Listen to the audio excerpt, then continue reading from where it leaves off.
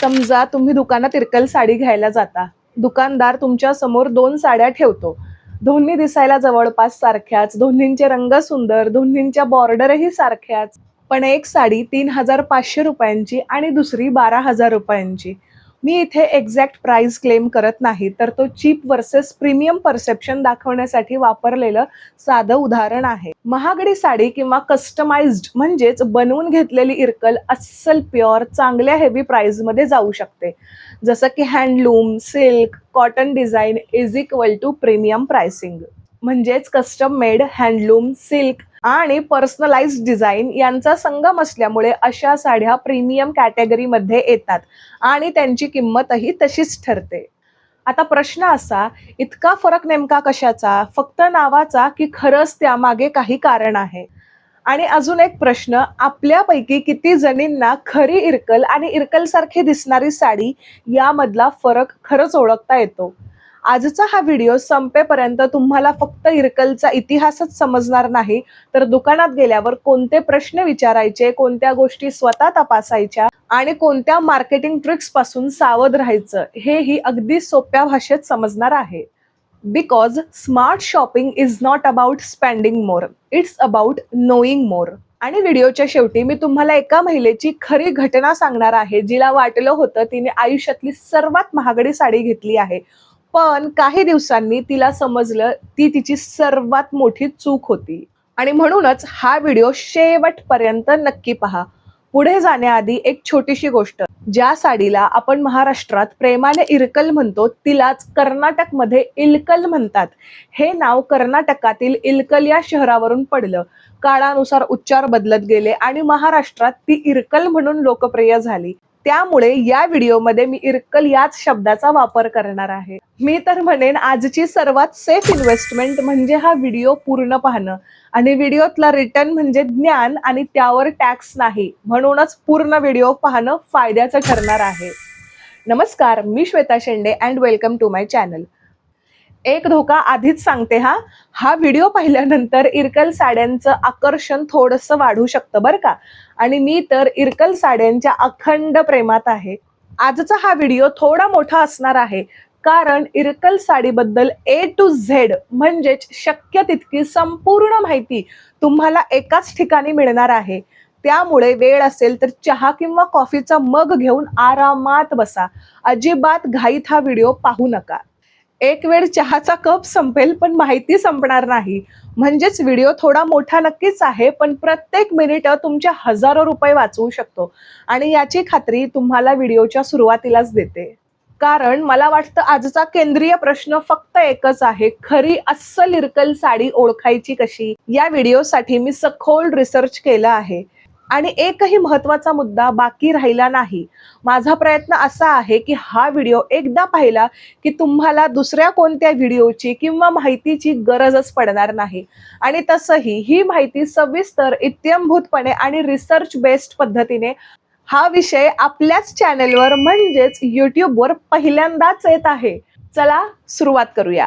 एक गोष्ट मी अगदी मनापासून सांगते, मला इरकल साडीबद्दल नेहमीच एक वेगळंच आकर्षण वाटत आलं आहे. कधी कधी तर गंमत म्हणून मी स्वतःलाच म्हणते, बहुतेक माझं आणि इरकलचं गेल्या जन्मीचं काहीतरी नातं असावं. कारण कितीही आधुनिक साड्या पाहिल्या तरी इरकल दिसली की माझी नजर तिच्यावर थांबतेच. कदाचित तुमच्याही आयुष्यात अशी एखादी गोष्ट असेल जिचं कारण सांगता येत नाही, पण तिच्याशी मन मात्र आपोआप जोडून जातं. आणि माझ्यासाठी ती गोष्ट म्हणजे इरकल. इरकल म्हणजे नेमकं काय? आपण साडी खरेदी करतो तेव्हा साधारणपणे किती रंग बघतो, डिझाईन बघतो, बजेट बघतो, पण एक गोष्ट फार कमी लोक विचारतात, ही साडी कुठे विणली गेली आहे? याच प्रश्नात या साडीची खरी ओळख लपलेली असते. इरकल किंवा अनेक ठिकाणी इलकल म्हणून ओळखली जाणारी ही साडी कर्नाटकातील बागलकोट जिल्ह्यातील इलकल या शहरातून प्रसिद्ध झाली. एका गावाचं नाव आज संपूर्ण भारतात एका साडीची ओळख बनलं. मला ही गोष्ट खूप सुंदर वाटते, कारण एखाद्या ब्रँडचं नाव जगभर पोहोचणं आणि एखाद्या छोट्या शहराचं नाव त्याच्या कारागिरांमुळे प्रसिद्ध होणं वेगळं. कल्पना करा, शेकडो वर्षांपूर्वी ना सोशल मीडिया, ना ऑनलाईन शॉपिंग, ना जाहिराती, तरीही लोक दूर दूरून या साड्या घ्यायला यायचे. का यायचे? हा प्रश्न आपण पुढच्या काही मिनिटात समजून घेणार आहोत. मी एक गोष्ट नेहमी पाहिली आहे. आपण एखादी साडी घेतो आणि घरी आल्यावर सगळे विचारतात, "कितीला घेतली?" पण फार कमी जण विचारतात, "ही साडी कुठली आहे?" हा छोटासा फरक आहे. पण इथूनच आपल्या वस्त्रांकडे पाहण्याचा दृष्टिकोन बदलतो. कारण प्रत्येक परंपरा साडी म्हणजे फक्त कपडा नसतो. तो एक प्रदेशाचा इतिहास, तिथल्या स्त्रियांची जीवनशैली आणि कारागिरांच्या हाताची अनेक दिवसांची मेहनत असते. तुमच्या बाबतीतही असं झालं आहे का? कधी एखादी साडी खूप आवडली आणि म्हणून ती घेतली सुद्धा. पण नंतर कुणीतरी म्हणालं, "अगं ही खरी नाहीये." त्या क्षणी नेमकं काय वाटतं? पैशांचं वाईट वाटतं, पण त्याहून जास्त वाईट वाटतं आपल्याला माहिती नव्हती. आणि म्हणूनच हा व्हिडिओ स्पेशल तुमच्यासाठी आहे. इरकलचा इतिहास खास का आहे? इरकलची सुरुवात कधी झाली? तर इरकल ही काही 50-100 वर्षापूर्वींची फॅशन नाही. तिच्या विणकामाची परंपरा साधारण 8व्या-9व्या शतकापूर्वीची मानली जाते. म्हणजेच अंदाजे इसवी सन 8व्या ते 9व्या शतकापासूनच या साडीचा प्रवास सुरू झाला होता. कर्नाटकातील बागलकोट जिल्ह्यातील इरकल या छोट्याशा शहरात ही परंपरा विकसित झाली. पुढे चालुक्य, विजयनगर आणि स्थानिक राजघराण्यांच्या काळात या विणकामाला मोठा आधार मिळाला. म्हणूनच आजही ही साडी फक्त एक वस्त्र नाही, तर अनेक पिढ्यांनी जपलेला वारसा आहे. आणि इतिहास म्हटलं की तो कंटाळवाणा असणार असं अनेकांना वाटतं. पण हा इतिहास म्हणजे फक्त वर्ष आणि राजांची नावं नाहीत, तर ही आहे मेहनतीची गोष्ट. शेकडो वर्षांपासून कर्नाटकातील विणकर कुटुंबांनी ही परंपरा जिवंत ठेवली. एका पिढीकडून दुसऱ्या पिढीकडे तंत्र गेलं, अनुभव गेला आणि प्रत्येक साडीत त्या हातांचा स्पर्श जिवंत राहिला. पण एक गोष्ट खूप जणींना माहिती नसते. सुरुवातीच्या काळात इरकल ही राजघराण्यांपुरती मर्यादित नव्हती, तर उत्तर कर्नाटकातील शेतकरी कुटुंबातील महिला, गृहिणी आणि सामान्य स्त्रियाही ती अभिमानाने नेसायच्या. कारण ती फक्त सुंदर नव्हती, तर टिकाऊ पण होती. म्हणूनच रोजच्या वापरापासून ते सण समारंभ, देवपूजा आणि लग्नासारख्या खास प्रसंगापर्यंत इरकलने महिलांच्या आयुष्यात एक वेगळंच स्थान निर्माण केलं. पूर्वी या साड्या मुख्यतः रोजच्या वापरासाठी आणि सणांसाठी विणल्या जायच्या. नंतर त्यांच्या खास विणकामामुळे, रंगसंगतीमुळे आणि टिकाऊपणामुळे त्यांची ओळख राज्याबाहेरही वाढली. पण इथे मला एक प्रश्न पडतो, कर्नाटकात तयार होणारी ही साडी महाराष्ट्रात इतकी लोकप्रिय कशी झाली? तर याचं एकच ठाम ऐतिहासिक कारण सांगता येत नाही. पण इतिहासकारकांच्या मते त्यामागे कर्नाटक महाराष्ट्र सीमा भागातील व्यापार, सांस्कृतिक देवाणघेवाण, लग्न संबंध आणि दोन राज्यातील लोकांची सततची ये-जा ही महत्वाची कारणं होती. म्हणूनच आज कोल्हापूर, सांगली, सोलापूर, पंढरपूर आणि सीमा भागातील अनेक घरांमध्ये इरकल साडी आजही अगदी आपलीशी वाटते. आणि आता जी गोष्ट सांगणार आहे ती बहुतेक लोकांना माहितीच नसते. टोपेटेनी म्हणजे काय? हा इरकलचा सर्वात मोठा USP आहे. USP म्हणजे काय? तर युनिक सेलिंग प्रपोर्शन किंवा युनिक सेलिंग पॉइंट. मराठीत सोप्या भाषेत सांगते, एखाद्या वस्तूची अशी खास गोष्ट जी तिला इतरांपेक्षा वेगळं बनवते. इरकल साडीचं सर्वात मोठं वैशिष्ट्य म्हणजे टोपेटेनी विणकाम. सामान्य साड्यांमध्ये साडीचा मुख्य भाग आणि पदर एकाच विणीत तयार होतो. पण इरकलमध्ये बॉडी आणि पदर वेगवेगळे विणले जातात. त्यानंतर विशेष लूप इंटरलॉकिंग तंत्राने ते एकमेकांना जोडले जातात. या पारंपरिक तंत्राला टोपेटेनी म्हणतात. म्हणूनच इरकल साडी ही फक्त सुंदर दिसत नाही, तर तिच्या मागे विणकरांचं कौशल्यही लपलेलं असतं. हे सर्व मिळून इरकल फक्त साडी नसून एक प्रिसाइज टेक्सटाईल इंजिनिअरिंग क्राफ्ट आहे, असंच मला वाटतं. म्हणजेच काय, हे सगळं मिळून इरकल फक्त साडी राहत नाही, ती हातमागावरची एक जिवंत कला बनते. एकूणच काय, ही फक्त साडी नाही, ही हातमागावरची इंजिनिअरिंग आहे. आता तुम्हाला एक प्रश्न पडला असेल, दुकानात उभं राहून हे ओळखायचं कसं? तेच आपण पुढच्या भागात पाहून घेऊ.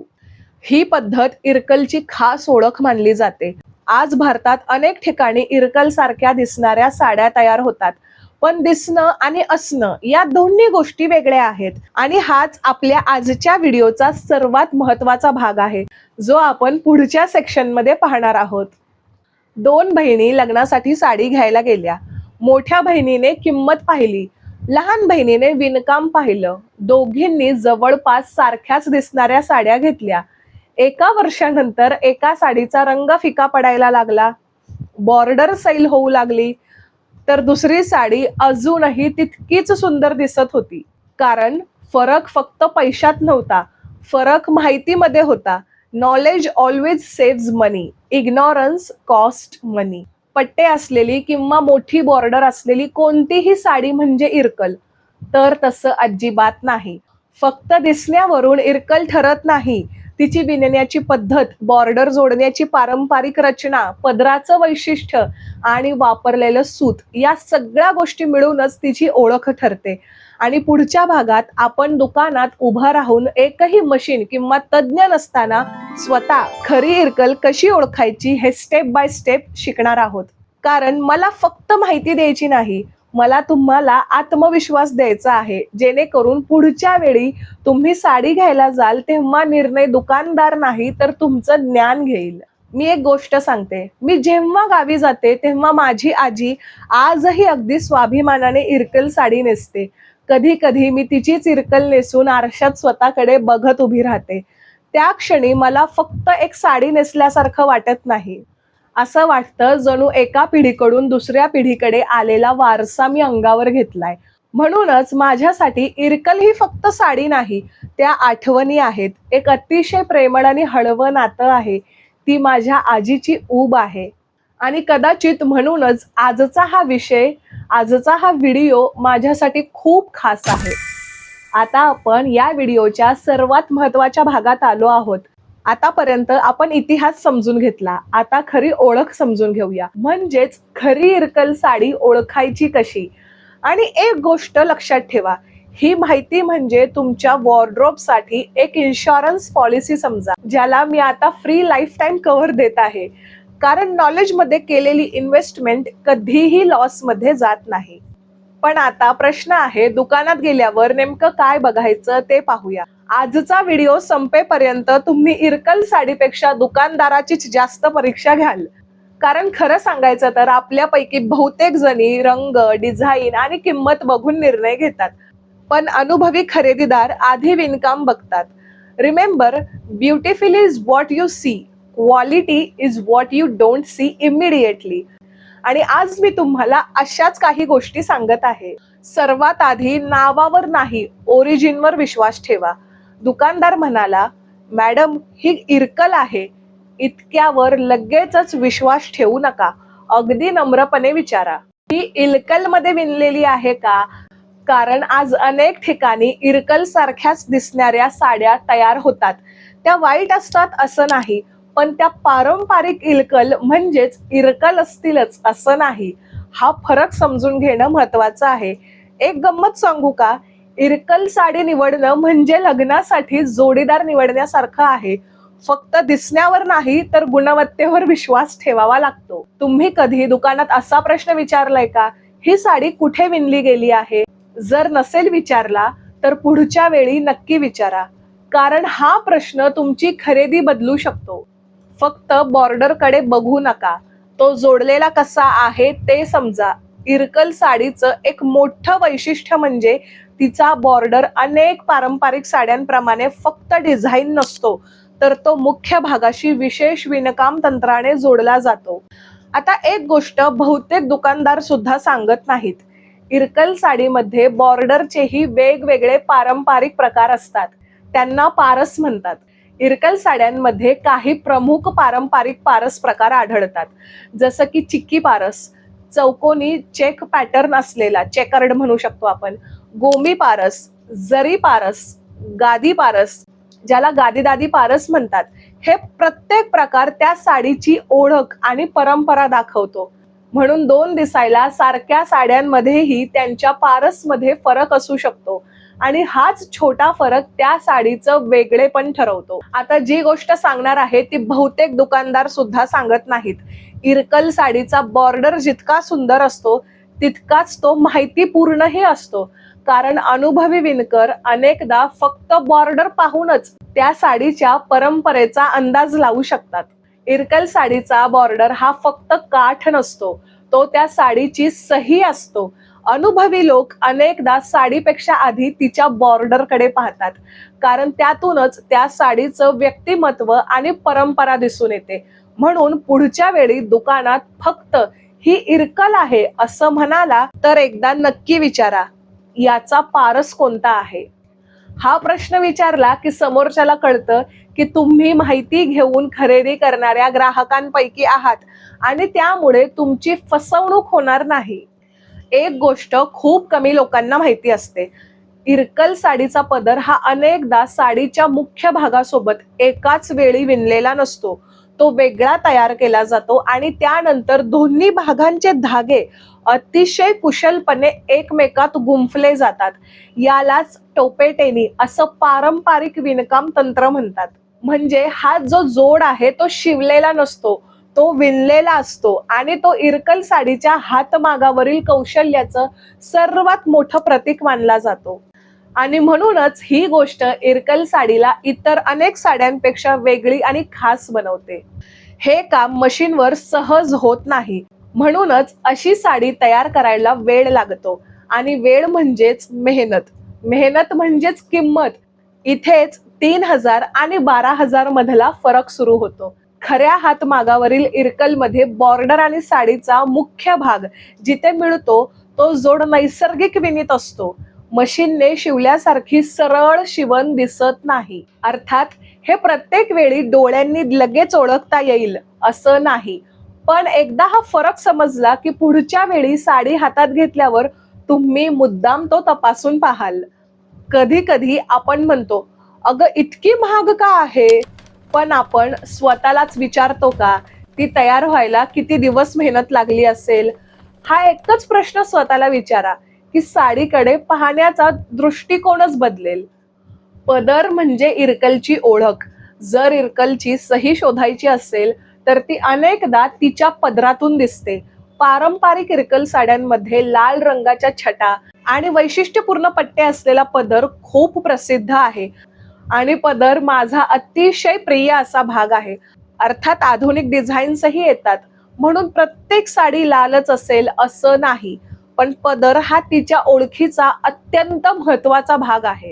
आता तुम्हाला वाटत असेल, ठीक आहे, पण हातात साडी घेऊन मी कसं तपासू, कारण दिसणं वेगळं आणि हाताला जाणवणं वेगळं असतं.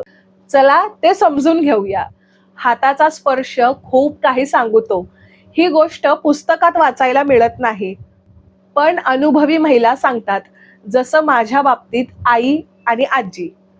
चांगली हातमागावर विणलेली साडी हातात घेतली की तिचा स्पर्श वेगळाच जाणवतो.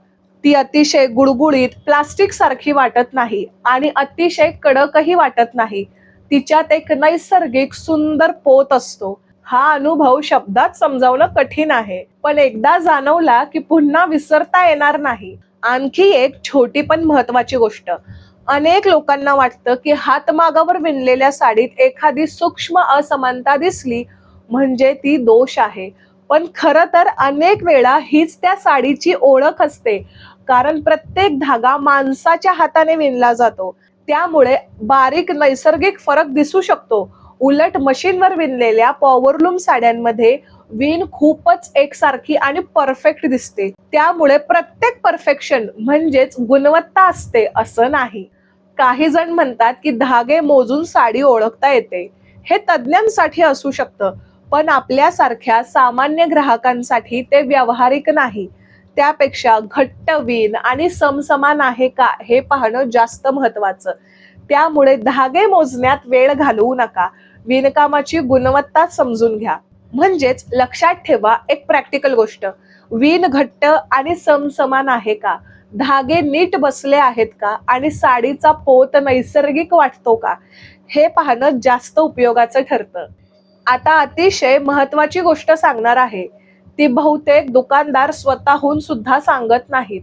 जर एखादी साडी खूपच स्वस्त असेल, विण अगदी मशीन सारखी एकसारखी दिसत असेल आणि बॉर्डरचा जोडही पारंपरिक म्हणजेच टोपेटेनी पद्धतीचा नसेल, तर ती पॉवरलूमवर तयार झालेली असण्याची शक्यता असते. पॉवरलूम साड्या वाईट असतात असं मी अजिबात म्हणत नाही, पण जर तुम्ही खास पारंपरिक हँडलूम इरकल शोधत असाल तर हा फरक समजून घेणं खूप महत्वाचं आहे. आणि पॉवरलूम साड्या म्हणजे मशीन मेड साड्या हे देखील इथे स्पष्ट करते. मला एक गोष्ट नेहमी जाणवते आणि लहानपणापासून ऐकतही आले आहे, साडी डोळ्यांनी कमी, हातांनी जास्त निवड. लहानपणी मला त्याचा अर्थ समजायचा नाही, पण आज समजतो. कारण फोटो सुंदर असू शकतो, पण गुणवत्ता हातातच कळते.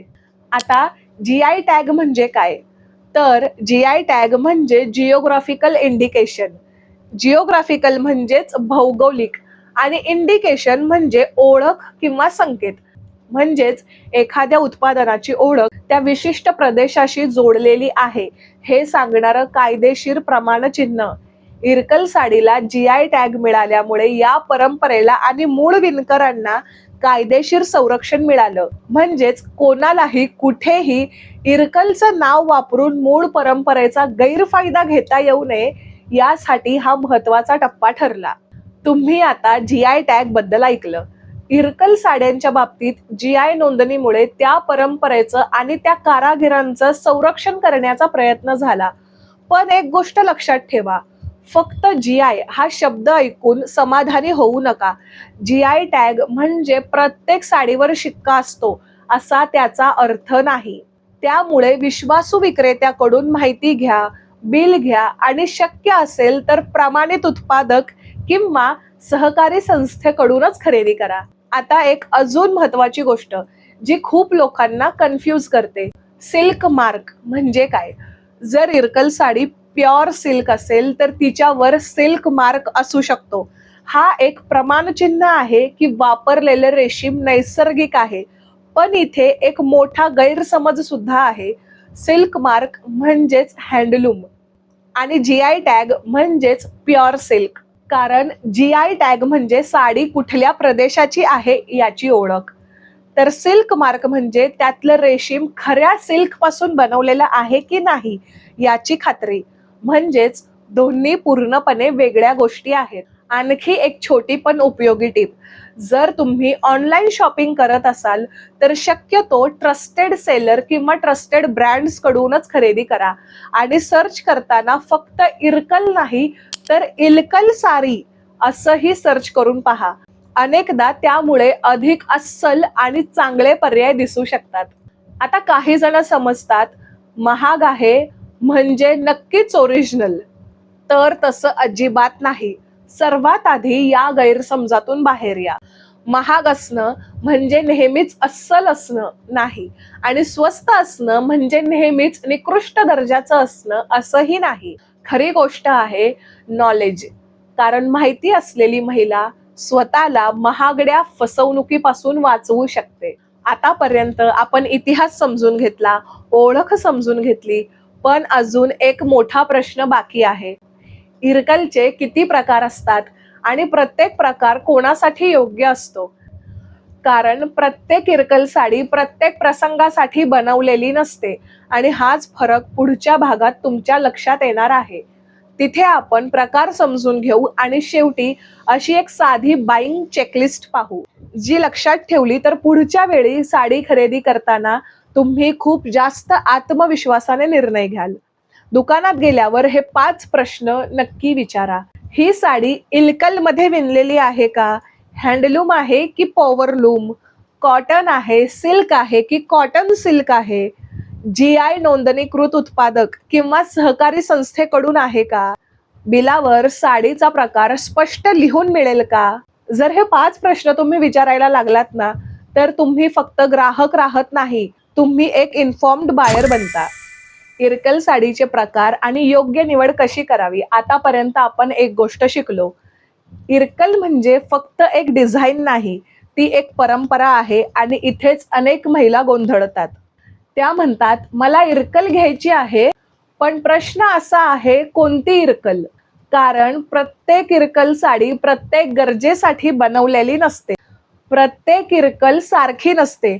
आपण अनेकदा समजतो इरकल म्हणजे फक्त एकच प्रकार, पण प्रत्यक्षात तिच्यामध्ये सूत, रेशीम, मिश्रविण, रंगसंगती आणि वापरानुसार वेगवेगळे प्रकार आढळतात.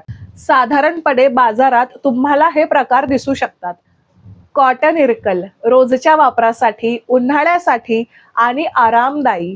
सिल्क इरकल लग्न, समारंभ आणि विशेष प्रसंगासाठी. कॉटन सिल्क मिश्रण दोन्हींचा समतोल, हलकी आणि आकर्षक. लक्षात ठेवा, हे फक्त कापड बदलत नाही, तर साडीचा पडदा, वजन, टिकाऊपणा आणि किंमतही बदलतो. एकदा मी पाहिलं, एका महिलेने लग्नासाठी कॉटन इरकल निवडली आणि दुसरीने रोजच्या वापरासाठी जड सिल्क घेतली.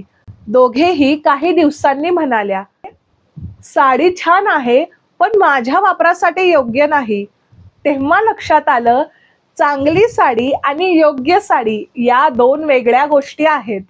रंग फक्त सुंदर नसावा, अर्थपूर्णही असावा.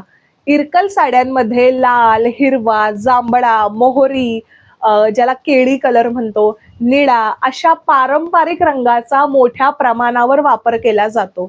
आज आधुनिक रंगही उपलब्ध आहेत, पण एक गोष्ट जरा लक्षात घ्या, पारंपरिक विणकाम आणि रंग यांचं संतुलनच इरकलचं सौंदर्य वाढवतं. कधी कधी खूप चमकदार रंग आणि जड प्रिंट्समुळे साडीचा मूळ स्वभावच हरवतो. Less trend, more tradition, always a wise choice. माझ्याकडे अजूनही वेगवेगळ्या रंगाच्या आणि डिझाईन्सच्या अनेक इरकल साड्या आहेत. पॉवरलूम जास्त आहेत, पण त्या सगळ्या एका व्हिडिओमध्ये दाखवायला गेले तर व्हिडिओ खूप मोठा होईल. त्याचप्रमाणे माझ्याकडे वेगवेगळ्या पॅटर्नचे खण ब्लाउज कलेक्शनही आहे. जर त्यावर स्वतंत्र व्हिडिओ हवा असेल तर कमेंटमध्ये नक्की सांगा, मी व्हिडिओ घेऊन नक्कीच येईन. तुम्ही साडी घेताना पहिल्यांदा रंग निवडता की कापड? कमेंटमध्ये नक्की सांगा, मला खरंच जाणून घ्यायला आवडेल. चला, स्मार्ट बाईंग चेकलिस्टच देते तुम्हाला. साडी घेताना स्वतःला हे 7 प्रश्न आधी विचारा. ही साडी कुठे विणली आहे? कोणत्या धाग्याची आहे? हातमागावर विणलेली आहे का? बॉर्डर आणि पदराची रचना पारंपरिक आहे का? विक्रेता स्पष्ट माहिती देतोय का? आणि बिल देतोय का? मी ही साडी माझ्या गरजेनुसार घेत आहे का? जर या प्रश्नांची समाधानकारक उत्तरं मिळाली तर तुमचा निर्णय अधिक योग्य ठरेल.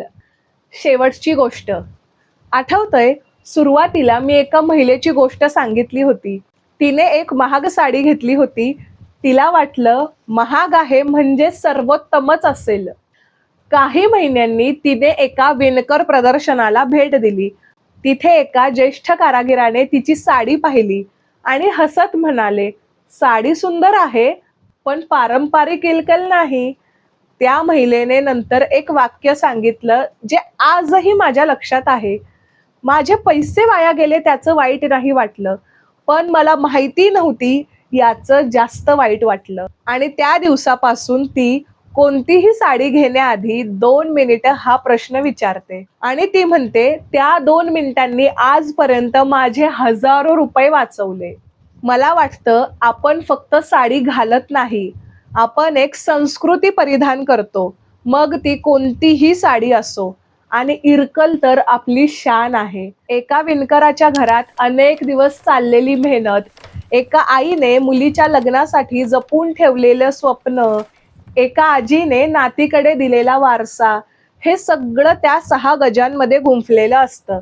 म्हणून पुढच्या वेळी इरकल असो, पैठणी असो किंवा कोणतीही पारंपरिक साडी, फक्त रंग बघू नका, तिची गोष्ट समजून घ्या.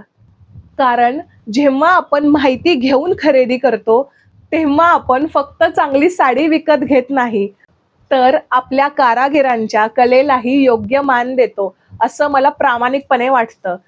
कारण त्यांची मेहनत शब्दात न सांगण्यासारखी आहे. Knowledge makes you a smarter buyer. Respect always makes you a better human.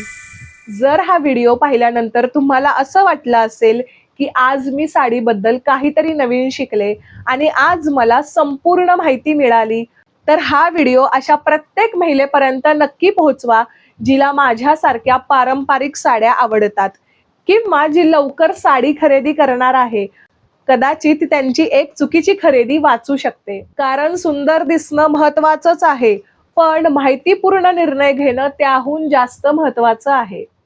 आणि कमेंटमध्ये एक गोष्ट नक्की सांगा, तुमच्या कपाटातली सर्वात आवडती पारंपरिक साडी कोणती आहे आणि का? जर आजचा व्हिडिओ तुम्हाला आवडला असेल तर हा व्हिडिओ नक्की शेअर करा. कदाचित तुमच्या एका शेअरमुळे एखादी महिला योग्य माहिती घेऊन योग्य निर्णय घेईल. अशाच रिसर्च बेस्ड, प्रॅक्टिकल आणि असंख्य अशा वेगवेगळ्या व्हिडिओसाठी चॅनल सबस्क्राईब करा आणि बेल आयकॉन नक्की ऑन करा. म्हणजे पुढचा व्हिडिओ चुकणार नाही आणि तुम्हाला वेळीच नोटिफिकेशन येईल. आणि यूट्यूबच्या बाहेर अशाच उपयुक्त tips, behind the scenes, quick knowledge आणि डेली अपडेट्स पाहायच्या असतील तर इंस्टाग्रामवरही मला नक्की फॉलो करा.